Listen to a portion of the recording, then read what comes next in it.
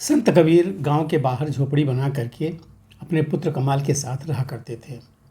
संत कबीर जी का रोज़ का नियम था, नदी में स्नान करके गांव के सभी मंदिरों में जल चढ़ाकर दोपहर बाद भजन में बैठते, शाम को देर रात घर लौटते थे। वो अपने नित्य नियम से गांव से निकले थे। इधर पास के गांव में एक जमींदार का एक ही जवान लड़का था जो रात को अचानक मर गया। रात भर रोना धोना चला। आखिर में किसी ने समझाया कि गांव के बाहर जो बाबा रहते हैं उनके पास ले चलो, शायद वो कुछ कर दें। सब तैयार हो गए। लाश को लेकर पहुंचे कुटिया पर। देखा तो बाबा है ही नहीं। अब क्या करें। तभी कमाल आ गए। उनसे पूछा कि बाबा कब तक आएंगे। कमाल ने बताया कि अब उनकी उम्र हो गई है, सब मंदिरों में दर्शन करके लौटते लौटते रात हो जाती है। अब काम क्या है वो बताइए। लोगों ने लड़के के मरने की खबर बता दी। कमाल ने सोचा कोई बीमारी होती तो मैं ठीक कर देता, पर ये तो मर गया है, अब क्या करें। फिर भी सोचा लाओ कुछ करके देखते हैं, शायद बात बन जाए। तो कमाल ने कमंडल उठाया, लाश की 3 परिक्रमा की, फिर 3 बार गंगा जल का कमंडल से छींटा मारा और 3 बार राम नाम का उच्चारण किया। लड़का देखते देखते उठ के खड़ा हो गया। इधर कबीर को किसी ने बताया कि आपकी कुटिया की ओर गांव के जमींदार और कुछ लोग गए हैं।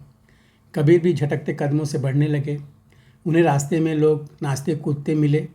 कबीर जी कुछ समझ नहीं पाए। आकर कमाल से पूछा क्या बात हुई, तो कमाल तो कुछ और ही बताने लगा। बोला गुरुजी, आप बहुत दिन से आप बोल रहे थे कि ना तीर्थ यात्रा पे जाना है, तो आप हो आओ यहाँ, मैं सब संभाल लूँगा। कबीर ने पूछा क्या संभाल लेगा। कमाल बोला बस यही, मरे को जिंदा करना, बीमार को ठीक करना, यह सब अब मैं कर लूँगा। अब आप यात्रा पर जाओ जब तक आपकी इच्छा हो। कबीर ने मन ही मन सोचा कि चेले को सिद्धि तो प्राप्त हो गई है, पर सिद्धि के साथ इसे घमंड भी आ गया है। पहले तो इसका इलाज करना पड़ेगा, बाद में तीर्थ यात्रा होगी। साधक के में घमंड अगर आ गया तो साधना समाप्त हो जाती है। कबीर ने कहा ठीक है, आने वाली पूर्णिमासी को एक भजन का आयोजन करके फिर निकल जाऊंगा यात्रा पर। तब तक तुम आसपास के 2-4 संतों को मेरी चिट्ठी ले जा करके दे आओ तो, और उनको कह देना कि भजन में आने का है। कबीर जी ने चिट्ठी में लिखा था, कमाल भयो कपूत, कबीर को कुल गयो डूब। कमाल चिट्ठी लेकर एक संत के पास गया, उनको चिट्ठी दी। चिट्ठी पढ़ के वो समझ गए। उन्होंने कमाल का मन टटोला और पूछा कि अचानक यह भजन का आयोजन का विचार कैसे हुआ। कमाल ने अहंकार के साथ बताया, कुछ नहीं, गुरुजी लंबे समय से तीर्थ पर जाने की इच्छा की थी, अब मैं सब कर ही लेता हूँ, तो मैंने उन्हें कहा कि आप यात्रा पे हो आओ। तो वह जा रहे हैं और जाने से पहले भजन का आयोजन रखा है। संत दोहे का अर्थ समझ गए। उन्होंने कमाल से पूछा तुम क्या क्या कर लेते हो। तो वो बोला वही, मरे को जिंदा करना, बीमार को ठीक करना, ऐसे काम करते हैं। संत जी ने कहा आज रुको और शाम को यहाँ भी थोड़ा चमत्कार दिखा दो। उन्होंने गांव के में खबर करा दी। थोड़ी देर में 300 लोगों की लाइन लग गई, सब नाना प्रकार की बीमारी वाले। संत जी ने कमाल से कहा चलो इन सब की बीमारी को ठीक कर दो। कमाल तो देख के चौंक गया, अरे इतने सारे लोग हैं, इतने लोगों को ठीक कैसे करूं, यह मेरे बस का नहीं है। संत जी ने कहा कोई बात नहीं है, अब आए हैं तो निराश लौटाना ठीक नहीं है ना, तुम बैठो। संत जी लोटे में जल लिए और राम नाम का एक उच्चारण करके छींटा दिया और एक लाइन में खड़े सारे लोग ठीक हो गए। फिर दूसरी लाइन पर छींटा मारा, वो भी ठीक।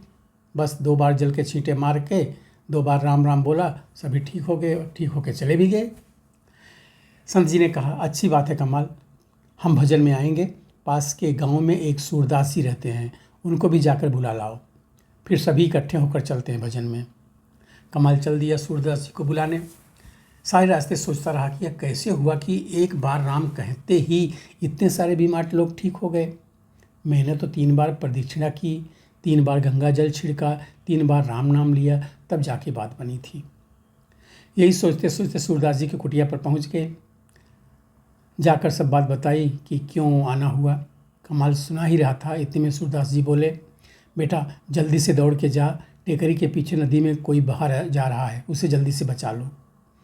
कमाल दौड़ के गया, टेकरी पर से देखा तो नदी में एक लड़का बाहर जा रहा था। कमाल नदी में कूद गया और लड़के को बाहर निकाल कर अपनी पीठ पर लाद कर कुटिया की तरफ चलने लगा। चलते चलते उसे विचार आया कि अरे सूरदास जी तो अंधे हैं, फिर उन्हें नदी में उसमें बहता लड़का कैसे दिख गया। उसका दिमाग शून्य पड़ गया। लड़के को भूमि पर रखा तो देखा कि लड़का मर चुका था। सूरदास ने जल का छींटा मारा और बोला, राह। तब वो लड़का उठ के चल दिया। अब तो कमाल अचंभित कि ऐसे कैसे हो गया। इन्हें तो पूरा राम भी नहीं बोला, खाली रा बोला। रा बोलते बोलते ही लड़का जिंदा हो गया।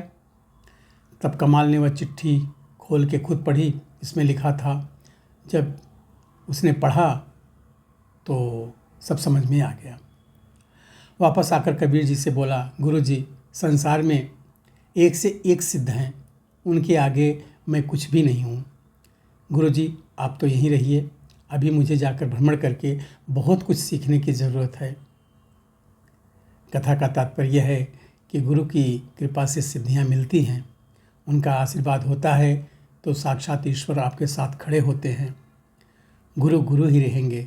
वह शिष्य के मन में के सारे भाव पढ़ लेते हैं और मार्गदर्शक बन करके उन्हें पतन से बचाते हैं। जय गुरुदेव। धन्यवाद।